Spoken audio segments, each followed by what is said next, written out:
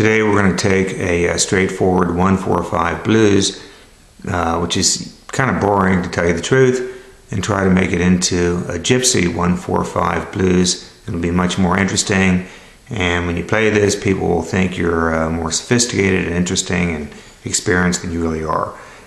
Okay, we're going to take this a step at a time. This presumes that you know how to play a straight 1-4-5 blues out of, let's say, out of A. This is on your 5th fret, your bar A7. Okay, so the first model is your straightforward 1-4-5 blues. 1 to D9, A7, D9, A7. E9th, D9th. Pretty boring. Now what we're going to do is we're going to take the internal chord. We're going to take the A that you just have, and we're going to play the same notes, but only the D, G, and the low E. Okay? Here's your, it's off your A7th.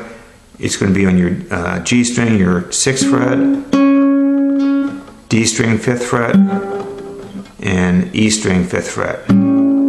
That's your low A7th, okay? When you substitute that. For your D9th, you're going to play the exact same thing you were playing before, but this only the D, G, and the low E string. That's your D9th.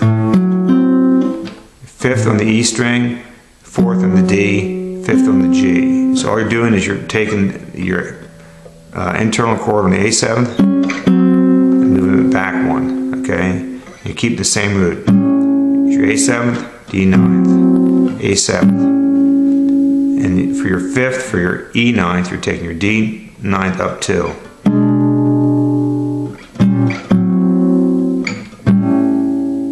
Okay, so if you played 1-4-5, it'd be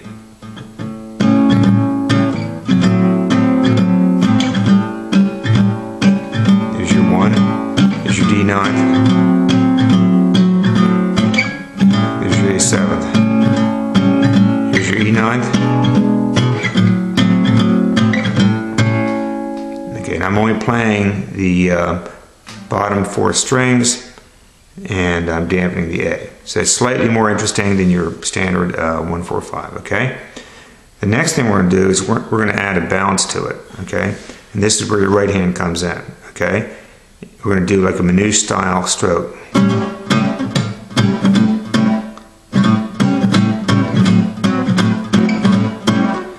Okay, this takes a little bit of practice. What this is there's an upstroke on the chord first.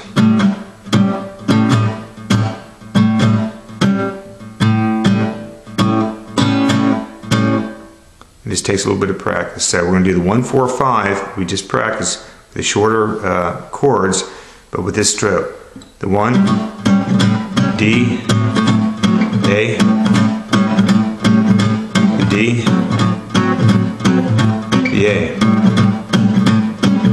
E, D, the A. It takes a little bit of practice because you have to mute the A and you have to work on your stroke. Let's do that again. A, D9, A, D9, the A, the E7, the D, the A. Now I want to move my hand out of the picture, my right hand out of the picture, but we'll do it a little bit faster.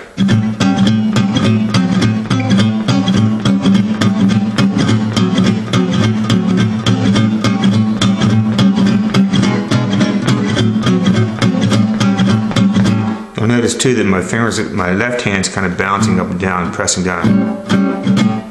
You see kind of that going on. Now, the next thing to make it a little more interesting is to vary the chords just a little bit, okay? Let's say you're playing your A7th, your D9th, and your A7th. One way to make it slightly more interesting is when you do your D9th, you turn it into an augmented by moving it up 3 frets. And go back to A7. So it'll sound like this. A, your 4th, back to the 1st, 4th,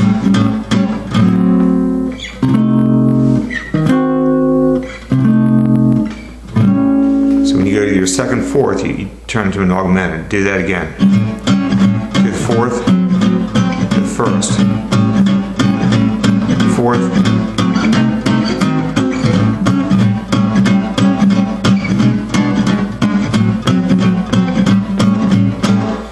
another way to make it slightly more interesting is when you do it, instead of going straight to the fourth, you just take the A seventh up one. So it'll be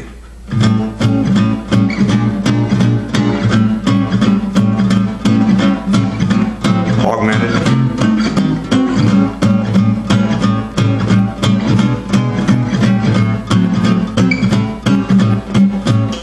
Again, I'm just taking the A seventh.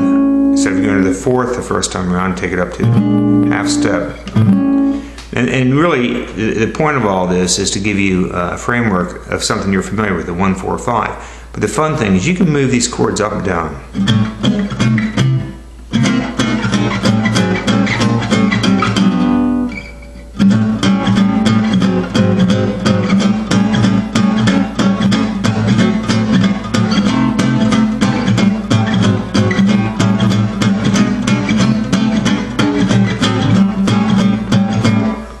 So, I mean, it should help break away some preconceived ideas of the 1-4-5. Take it down half step. Play the D.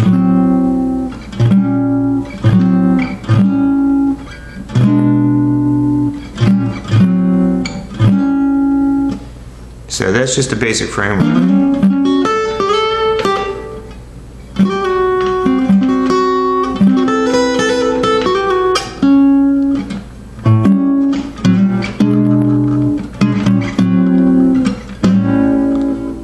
To be continued.